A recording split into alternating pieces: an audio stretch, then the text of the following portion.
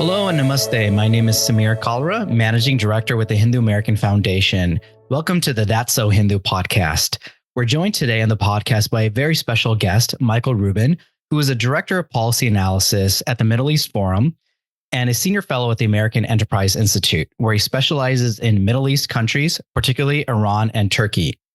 His career includes time as a Pentagon official with field experiences in Iran, Yemen, and Iraq, as well as engagements with the Taliban prior to 9/11. Mr. Rubin has also contributed to military education, teaching U.S. Navy and Marine units about regional conflicts and terrorism. His scholarly work includes several key publications such as Dancing with the Devil and Eternal Iran.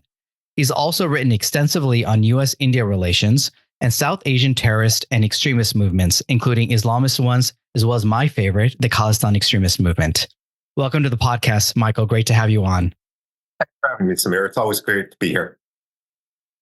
Michael, you recently wrote a piece highlighting the meeting between President Donald Trump and Prime Minister Narendra Modi from India in Washington that took place last month. But what was unique about your analysis was that you kind of gave several key recommendations in there in terms of both countries moving the relationship forward, and in particular for India to make sure that what Trump says can be taken seriously, and a lot of the things that have been talked about, they can actually move forward on concretely. Before we get into those recommendations, can you just give us your broad, high-level thoughts on how you think that meeting went and what you thought it signified? Look, Samir, the meeting went very, very well. And that was to be expected. Not only do the two leaders like each other personally, but India-U.S. ties have a special place, at least in the U.S. political context, in that they truly are bipartisan. We have seen every president since George W. Bush emphasize U.S.-India ties, look at the quality of the relationship as being a barometer of the future. And each administration, even as we transition from Democrat to Republican, Republican to Democrat, builds on the achievements of the previous U.S. administration rather than tries to reverse what they have done. And so we're on extremely firm footing. Now, the downside, broad picture, is that while Donald Trump may be well-meaning when it comes to Prime Minister Modi and with India, the drawback, the weakness of Trump, both in Trump, the first administration, and Trump today, is with regard to follow-up. From a Washington perspective, it seems that the crises come a dozen a day, focus moves on. At the same time, the Trump administration isn't fully staffed, and therefore it's unclear who the point man for a follow-up is going to be on some of the commitments which President Trump made to Prime Minister Modi. And therefore, my advice was simple. Instead of just basking in the optics of a positive summit meeting, what Prime Minister Modi needs to do is establish follow-on goals so that nothing which was promised in that meeting falls by the wayside and we can continue to advance our relationships. Absolutely. And, there were a number of issues that were discussed, broad ranging from trade to some of the revelations from USAID interference in the subcontinent and India as well as the sale of F-35 fighter jets. But one issue that was particularly important, and I think a lot of people in America aren't necessarily paying attention to that, was the extradition or the approval of the extradition of one of the architects of the 26/11 Mumbai terror attack, Tahawar Rana. And that kind of takes us to one of your first recommendations in terms of the relationship when you recommended that India should actually invite the new DNI head, Tulsi Gabbard, or the director of the CIA, John Ratcliffe, to New Delhi to receive information on other suspected terrorists that are seeking shelter in the U.S. to try to get them extradited. Can you talk about that and the significance of that, as well as why has it been so difficult to actually get? I know there's a long list of terrorists as well as criminals that have been wanted by India and have been given on a list to the U.S. Why has it been so difficult to get them extradited back to India? Well, second question first.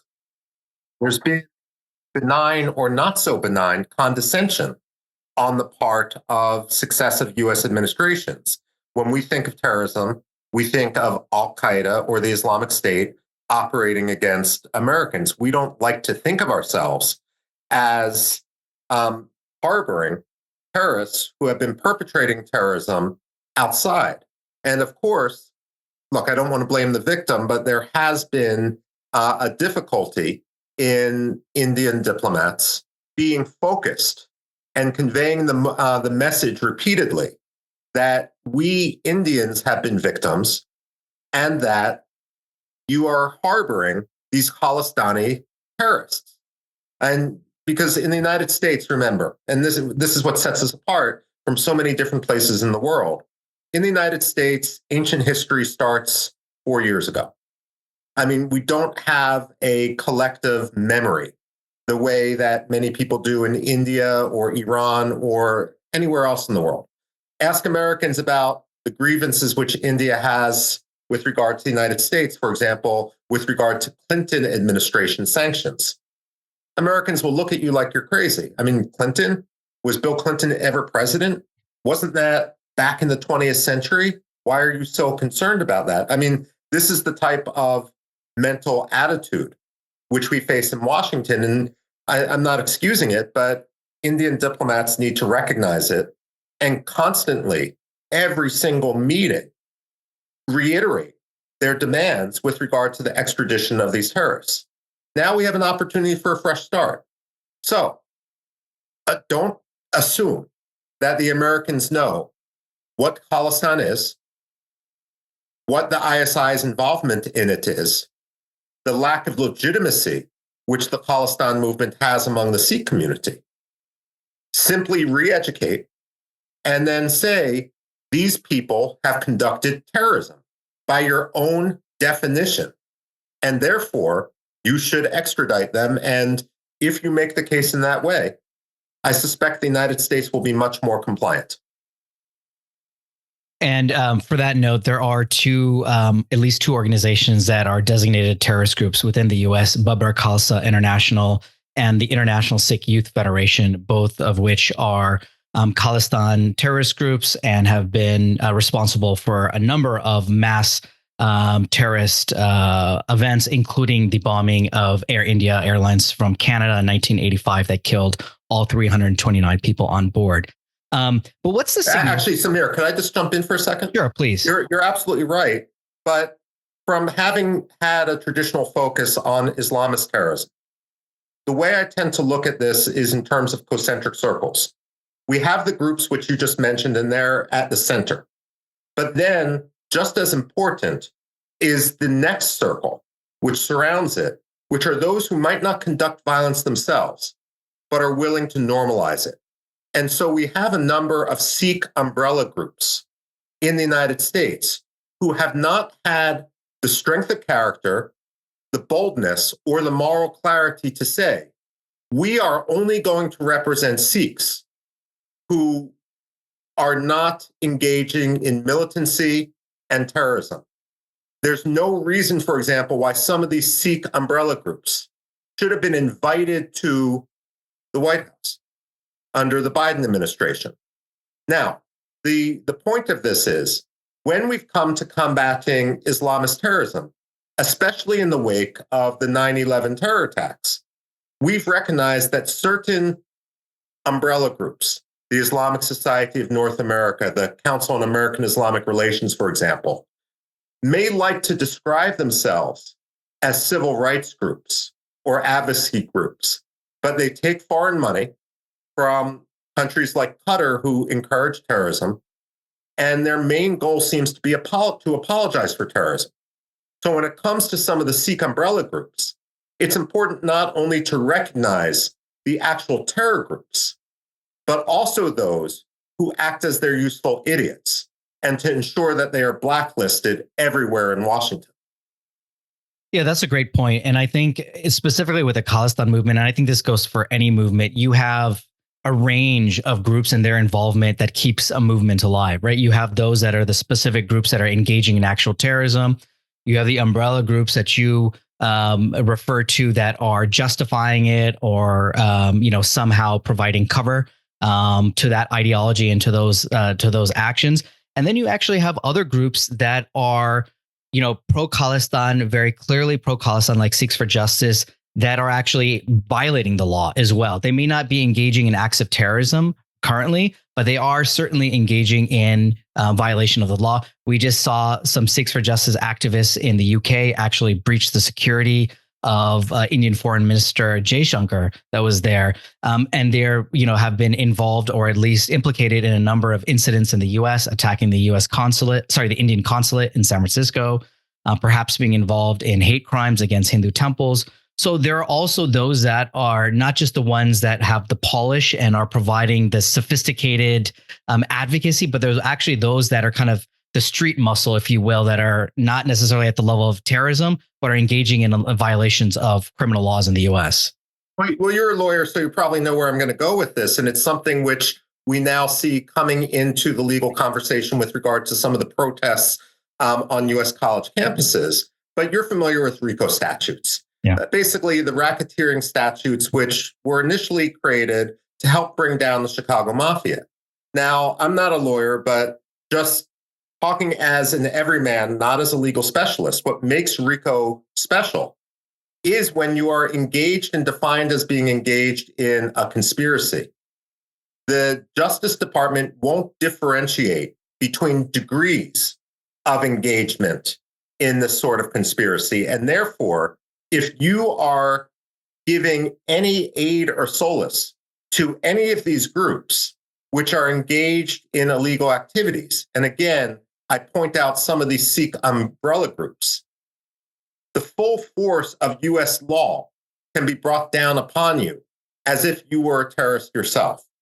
And I would hope moving forward that the Trump administration would recognize, and for that matter, the government in Canada as well, that what we really do see among the Sikh community is a mafia, it's racketeering, and the victim, it's not something where we have to tie ourselves in knots about multiculturalism, because the chief victims of the Khalistan movement are Sikhs themselves who are having their peaceful religion hijacked by cynical militants and some American evangelical hangers-on. It simply is ridiculous, and frankly, it's illegal and it should be treated as such. And you bring up an important point. I know we're diverting a little bit from some of the recommendations, but no, this is, I think, a fascinating conversation. When you use the term mafia, actually, I think that brings up a lot of the other issues that we have seen that the Khalistan movement is involved in, whether it's here, whether it's in Canada, whether it's in India and the subcontinent itself. And that is drug trafficking, human trafficking, and a lot of these transnational activities. Do you see, because there has been a strong approach, at least initially from the Trump administration, to deal with some of these issues, such as the cartels and their involvement in drug trafficking and human trafficking related to the illegal immigration? So all these things are, related again. And we see the same thing happening with the Khalistan movement, where they're involved in drug trafficking, human trafficking, and a lot of false asylum claims, illegal immigration. Do you see the approach to that being the same vis-a-vis the Khalistani movement as it is with some of these other movements? Let me say this. It should be. The Trump administration is focusing first and foremost on some of the Mexican and Central American cartels, and it would be ridiculous to say that it has the same degree of attention focused on Khalistan. Part of the reason is that and it's the same dynamic that occurs in Canada, in that in California, rather than take on these mafias, some politicians cynically try to benefit from them. They think that the squeaky wheel should get the grease, and they believe the nonsense that these militants can bring along the entirety of the community for voting and so forth. I think the broader issue, and this is something in which, of course, not only the Hindu American community, but also the Indian diplomats can educate about, is with regard to the cynicism that comes with regard to immigration. So you have many Khalistan extremists from wealthy families in Punjab, in India, try to claim asylum. They claim asylum. They bring family and friends and huge networks over. They basically serve as anchors. All the meantime, they're sending money back home to their family businesses, and they simply just perpetrate this. First of all, it's ridiculous to accept any asylum claims from India, given that India is a democracy and has a functioning and advanced justice system. Basically, what I would tell Khalistan militants who cynically want to take advantage of the United States or Canada, that if you are so upset with India, that if you believe that you should have asylum, then what you should do is go to Punjab and Pakistan and take asylum there. You're willing to take their money, even though you won't admit it. But behind the scenes, you might actually discover that people who are religious minorities aren't welcome in Pakistan's Punjab. There's a reason why the majority of India's Punjab is now Sikh. But you have, I think last time I checked, 0.4% of Pakistan's Punjab is Sikh. And that's because of the ethnic and sectarian cleansing that the same ISI from whom you're accepting money from, allegedly, has perpetrated and encouraged your own destruction in the homes of some of your ancestors. Absolutely. And, you talked about, some of these claims, fake claims coming from India. I think it's quite laughable when you think about it. It's unfortunate because of how many people actually benefited from the system. But people would actually pay police in Indian Punjab to basically get them like certificates saying that they were, that they can't, they're not safe because they are proponents of the Khalistan movement. So they're getting these certificates actually from police or other officials within India to basically say that they're not safe. Then they come to America and claim asylum, and immigration attorneys here, and we've talked to a few of them, have actually seen like almost identical claims that are coming in. I mean, it's basically like a copy and paste system. And the other interesting part about it is that there's actually been at least one or two sitting parliamentarians in India that are actually openly Khalistani advocates. So if you can't be safe there, how can you actually get elected to office and serve in the parliament and be openly an advocate of Khalistan in India? I think you're absolutely right. To me, it's reminiscent, and I don't want to get too political, but of someone like Ilhan Omar, who is basically saying that Somalis in America aren't safe, they're discriminated against, as she sits in Congress and as she's benefited from the fruits of the American system. I mean, there's just something very, very wrong there. But so be it. Absolutely. And, talking about the immigration issue, you kind of, and this kind of will segue nicely to one of the second recommendations you made, which was Indian officials actually inviting the Secretary of Homeland Security, Kristi Noem, to Delhi to discuss some of these asylum claims and the systems that are being used. Has India really engaged with Homeland Security in the past, or would this be a kind of a different approach that you're recommending here? I think it would be a different approach, only that it will be escalated. Look, it's easy when you're in a foreign ministry or in an embassy, and I'm not castigating India, all countries do this, to have the worker bees engage on these subjects. But unless there is a signal from above that this is a priority, it remains at the level of the worker bees.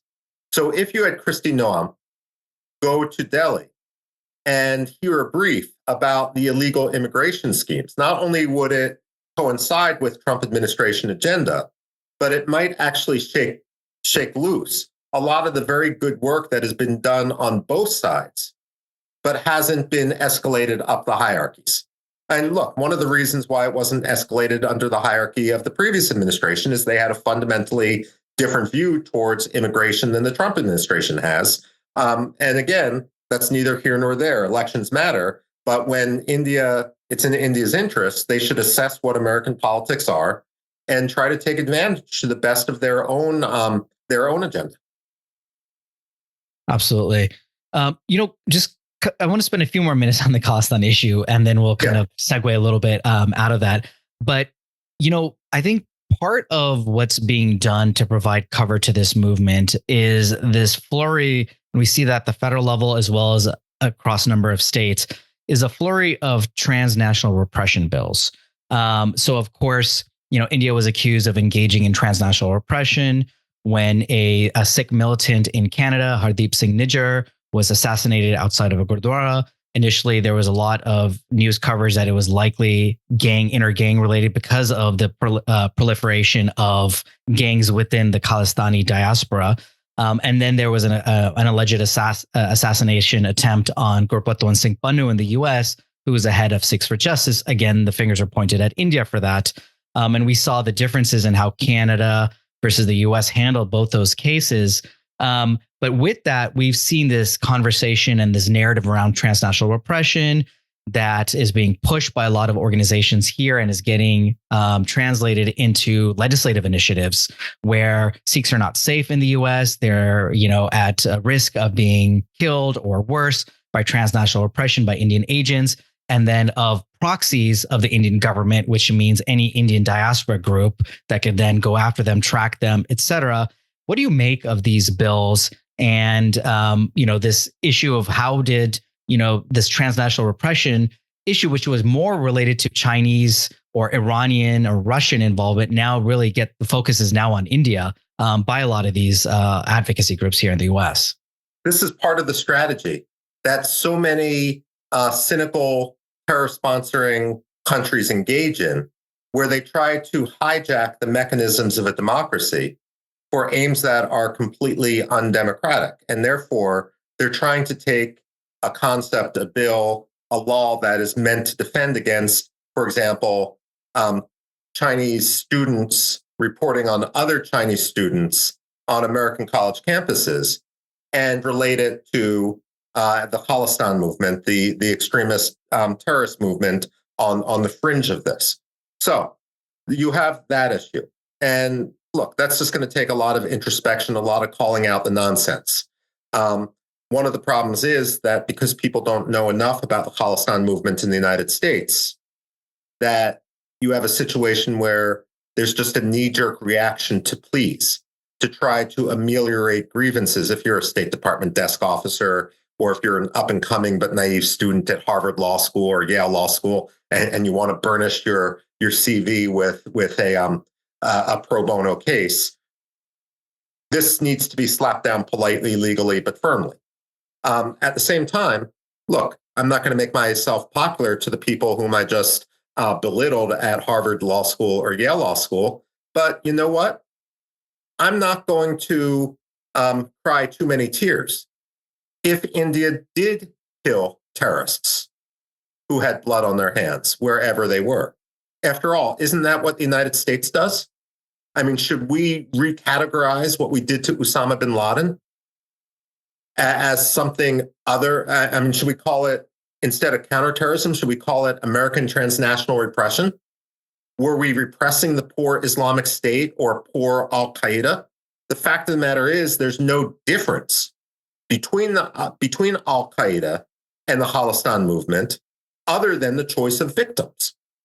There's no difference between Hamas and the Khalistan movement other than the choice of their victims.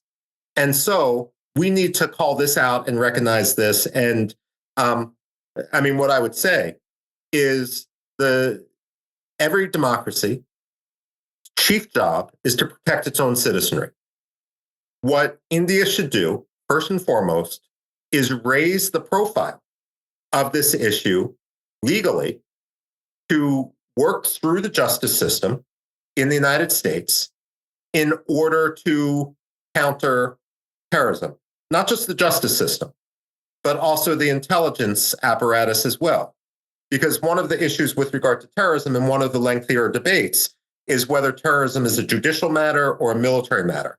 The big difference between them is in the judicial, if you look at it strictly as a judicial matter, then you have to gather evidence, which often means forensic evidence after attack occurred.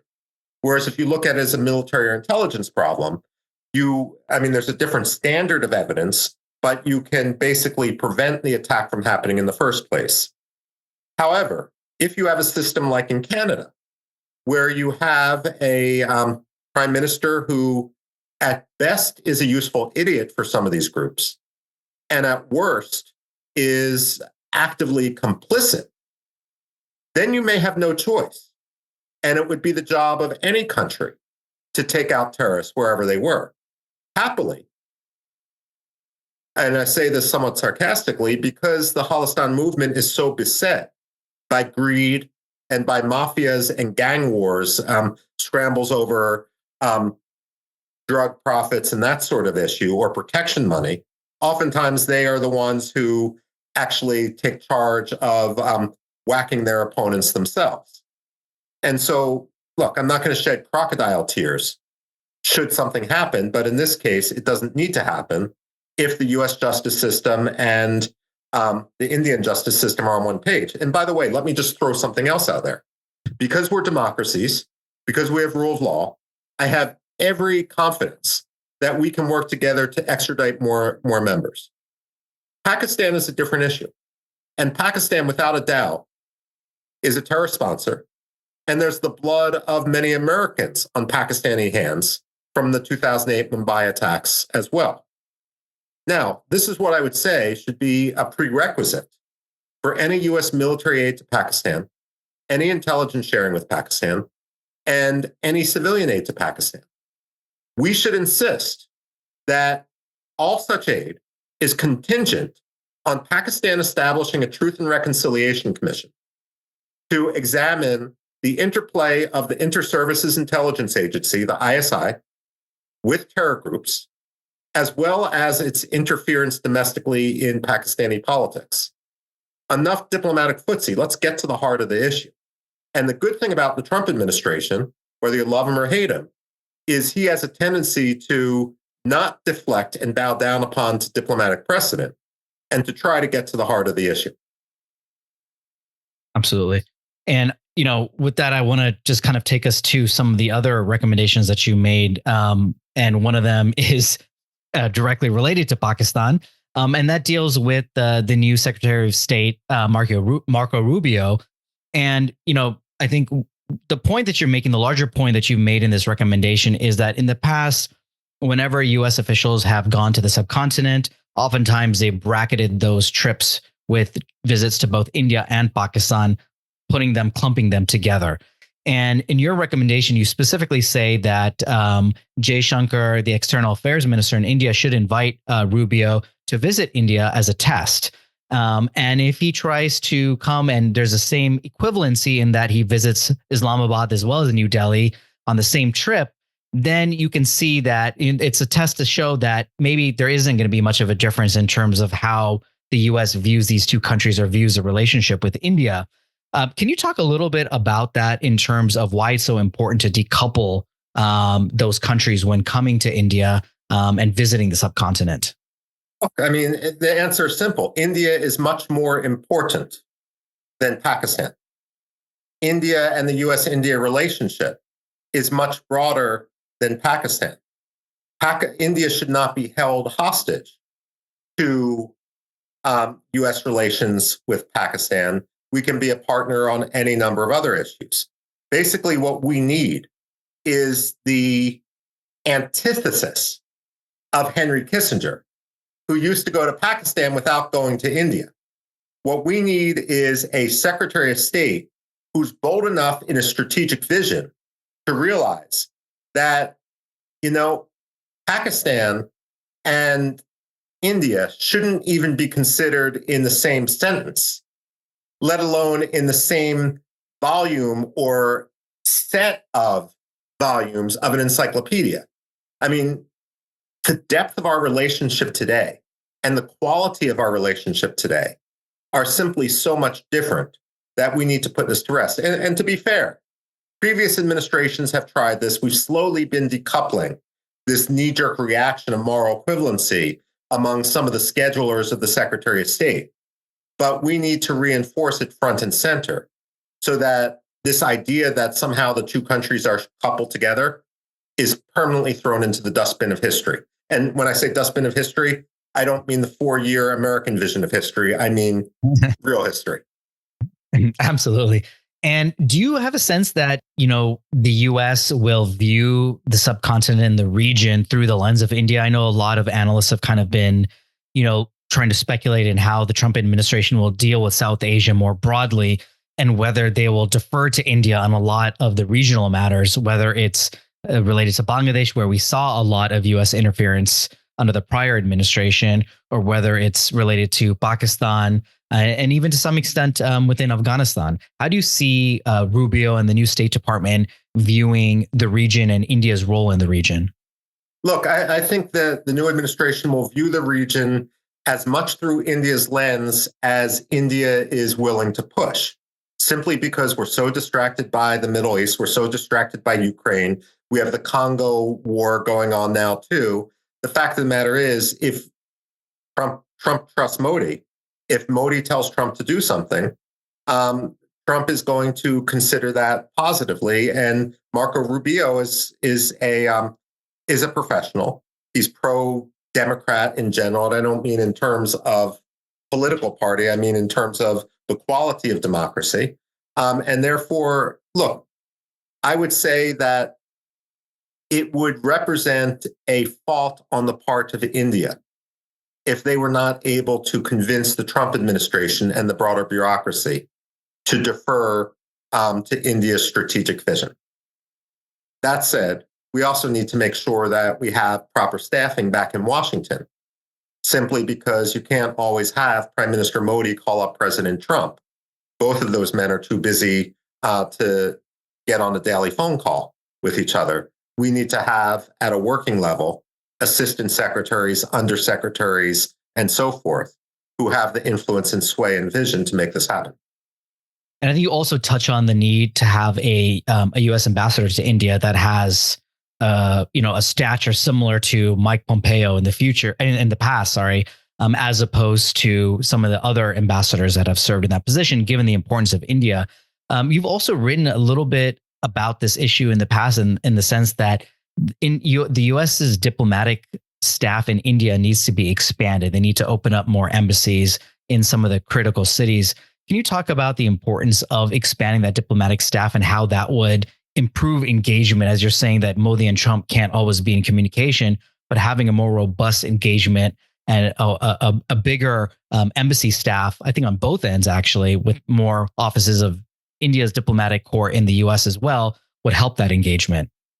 Okay, two issues here. First, very briefly, India should demand similar treatment to what the United States gives Japan, where whether it's Mondale, whether it's Rahm Emanuel, Japan always gets political appointees, and they always get political appointees who are extremely influential, who are heavyweights, who aren't there simply because of the donations. They're there because they used to be the candidate of the United States for the presidency, or the chief of staff to the president of the United States.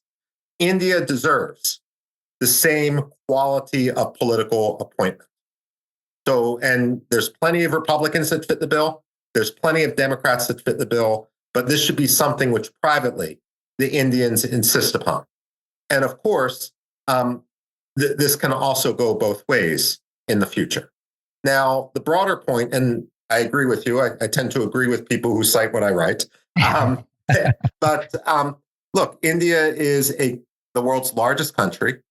It's also the world's most diverse country by so many different metrics.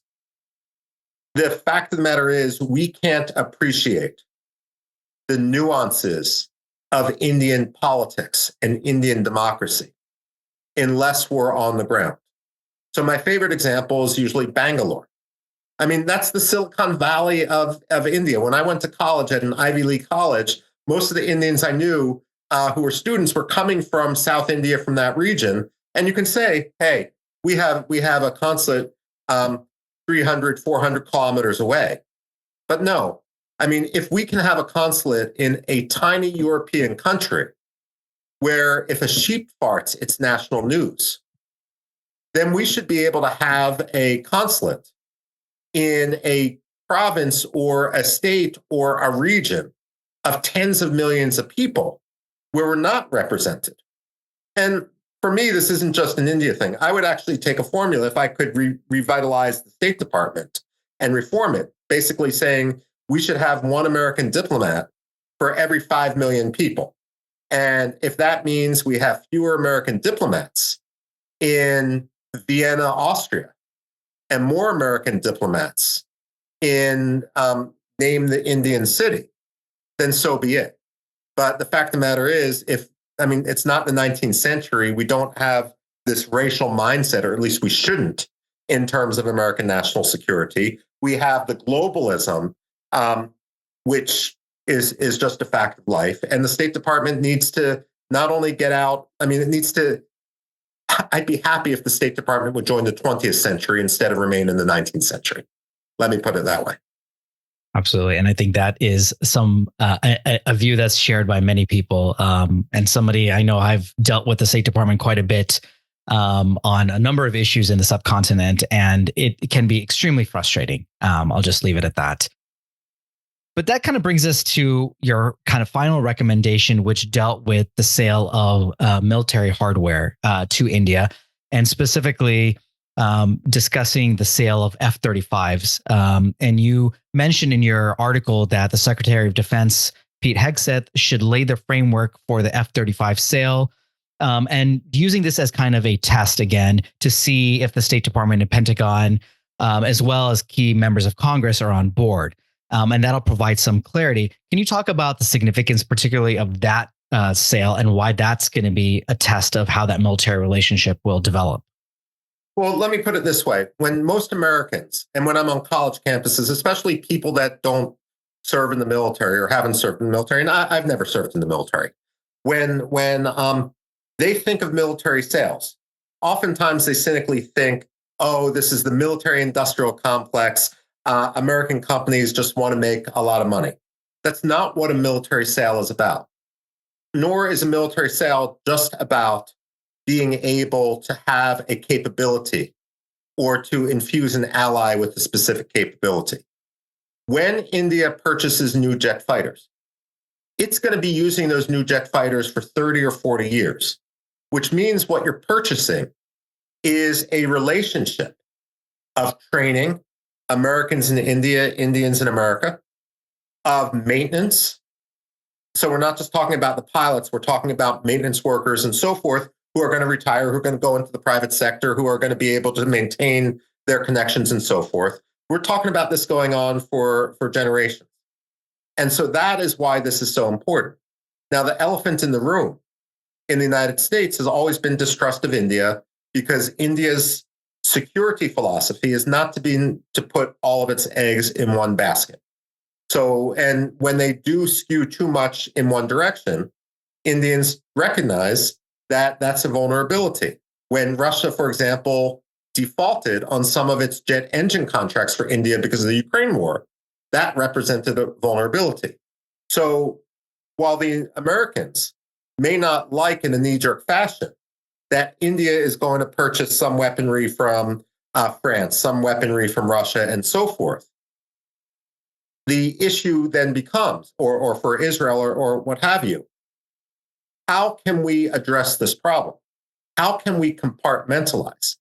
Now, even though India has always had a broader base of defense products, I'm not aware of any example of India allowing the leakage of technology from one power to another. India has upheld its contracts, much more than a country like Turkey has, which is a NATO member. And therefore, if the United States has some concerns, the discussion then becomes, how do we address these concerns? Now, as you know, there's a similar, although on a much smaller scale, issue with regard to Armenia right now, because Armenia faces some real threats. They've been trying to shift from being reliant on Russia from their military goods to a much broader sort of coalition, the French, the Americans, and so forth. And I was talking to some French officials about this, because after all, some of the French equipment, which is being given to Armenia, is sensitive, especially in some of its capabilities. How do you protect this? And the French basically said, it's simple. We trust the Armenians, and we verify what the Armenians do by ensuring that we have trainers around the weapons 24/7. So could there be some sort of system where you have the weaponry? We don't have veto power over its use in wartime or anything like that, but we can have a liaison on a base where it's kept to make sure that delegations from Vladimir Putin don't show up on that base. And that's easy enough to work out. It's not an issue of sovereignty, it's an issue of practicality. On any numbers of military bases, there are liaisons. And I'm not talking about boots on the ground. I'm talking about a civilian engineer whose job it is to basically be there, who can be a consultant if something goes wrong with the weaponry or the coding or what have you. And at the same time, can double as just ensuring that the Indians are keeping up their end of the bargain. And when it comes to Indian technology in the United States, I'm all for reciprocity. And, on the flip side of that, I've read some criticisms on the Indian side by some analysts about the F-35, specifically, not necessarily about buying weaponry from the US, but about the technology compared to some similar technology from similar jets from other countries, and some of the issues with, repairs and, the usage of them. I'm not, very, up to date on all the technicalities there, but is it less about the specific actual technology that's being sold here and more, as you alluded to, the relationship? And that's why on the Indian side, even despite some criticisms, they're viewing this as more of a symbolic deal where you're buying a partnership as opposed to buying a specific set of weaponry. I don't think it needs to be either or. It's a holistic package. I mean, look, India shouldn't be expected to purchase weaponry that doesn't fit its defense needs. If there is a platform that is substantively better than the F-35 that is available to India, fine. But these sorts of calculations are seldom cut and dry. They're open to debate. And maybe the F-35 has some drawbacks, but some of the alternatives there have other drawbacks. And so that can be part of the debate which the Indian defense establishment and political establishment engage in. But at the same time, part of the debate should also be, where do we want to place our anchor for the next 30 or 40 years? And again, it's not an exclusive anchor, but where do we want to place that important anchor? And I think that just projecting out, as you mentioned, 30, 40 years and kind of where we want to put that anchor, as we're kind of coming to the close of this podcast, if I were to ask you to project out, let's just say for the next 4 years, for the remainder of the Trump administration, how do you think you see things developing with the U.S.-India relationship, including on many of the key issues that we discussed today? Defense, partnerships, issues around, the Khalistan movement and other terror movements, and then just regional, the regional issues vis-a-vis Pakistan and some of India's neighbors. And of course, we haven't even touched on China today. But what do you see the next 4 years entailing? How do you think it's going to develop? If you can pull out your crystal ball, if you will, and just, speculate a little bit or predict and how you think things are going to play out. Samir, I'm a historian, so I get paid to predict the past. And a lot of my critics would say I only get that right about 50% of the time. But if I had to have a crystal ball, I would say that this can be historically an important 3 or 4 years. That said, I really think we can make progress on a lot and put to bed a lot of the outstanding issues. The biggest issue, which I don't think we're going to be able to address, and that's going to remain a source of tension for the next 4 years, would probably be frustrations in the United States with regard to foreign direct investment and the bureaucracy within India. But ultimately, that's a debate which Indian politicians have to have on their own. I've been critical of this issue in First Post, of course, where I write regularly. But I find it, if I were an Indian, I would find it shameful that when China abrogated its agreement with Hong Kong 25 years early, and businesses had to flee Hong Kong, they overwhelmingly went either to Singapore or to Vietnam, a one-party communist state whose bureaucracy many businessmen believed would be easier to deal with than India's democratic bureaucracy. So ultimately, I'm just being realistic. This is going to be a source of tension, maybe not political tension, but it's going to be tension within the relationship. That's the one issue which I don't think on the timeline of 3 or 4 years is going to be easily resolved. But you do see some of the other issues progressing forward in a positive direction. Oh, yeah. Look, I mean, once we get the Khalistan movement on the radar of the professional civil servants in the Justice Department, I don't think there's any going back from that.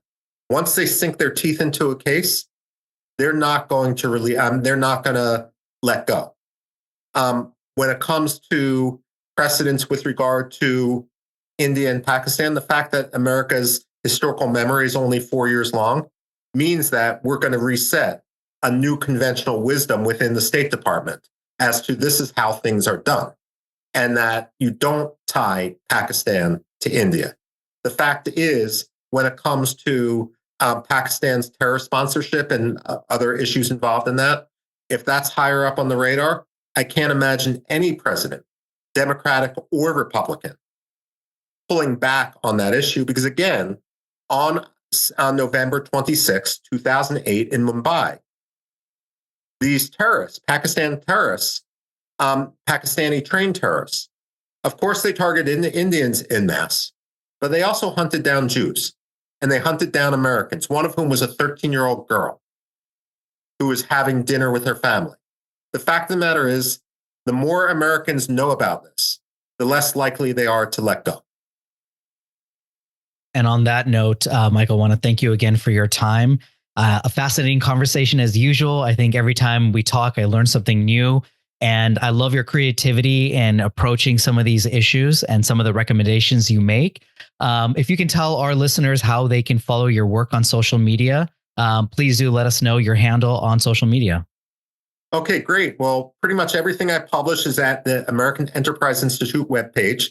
That's AEI.org, or at the Middle East Forum webpage, MEFORUM.org.